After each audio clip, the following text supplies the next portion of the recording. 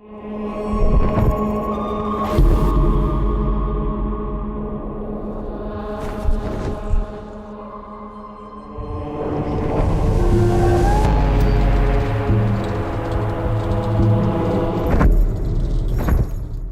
a no-holds-barred, unrelenting, never say die, just not gonna give in. If anything sort of confronts him, he's ready to go up against it. Kind of a brutal bastard. Dante's not a good guy. Right. Ah! He's a guy who kicks down the doors of hell, quite literally. Kind of a basically.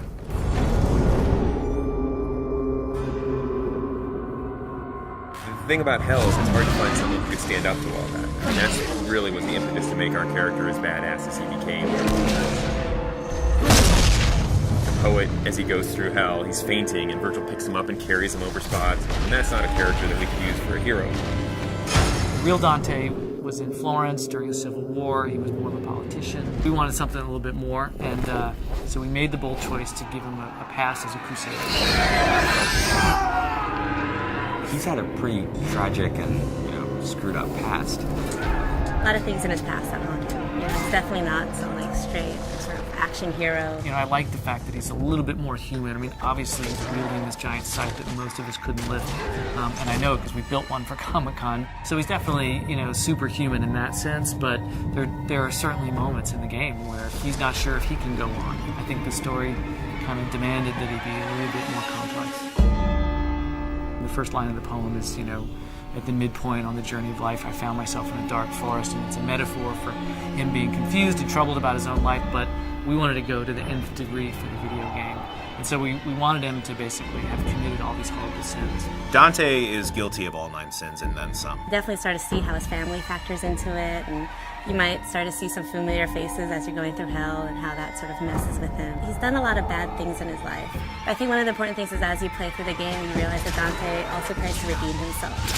The tapestry on Dante's chest is basically this enormous symbol of guilt for him, summing up all the terrible deeds that he's done or all the terrible moments and memories of his life. The tapestry represents Dante's realization that he needs to suffer for his sins, the same way that people have suffered by his hand. Remembering things, but he's remembering horrible things, so we wanted them to be like nightmares, And we knew that we wanted a really cool mechanism for showing those kind of flashbacks in the game. He's literally wearing the sins of his past sewn into his chest, and he's the one who's sewn them in there. We unfold his past transgressions through a series of flashbacks. Start to discover how much of a bastard Dante really was. Greed specifically is a turning point where you've discovered a lot more about Dante than maybe you even want to know about. Greed's a little more of a cerebral level. It's about puzzles. It's this very mechanized place with gears and motors, as opposed to most of hell, which is very organic. It's in a lot of ways the most hellish level. People are being tortured there in ways that you haven't seen yet. It's almost a big stone factory of torture. One of the big set pieces of Greed is the Wheel of Fortune. Everything in Greed is kind of controlled by this twisted wheel of possibilities. The Hoarder Waster are actually 2 characters in the poem. We've combined them into one. Technically are 2 people, but they've been sewn together.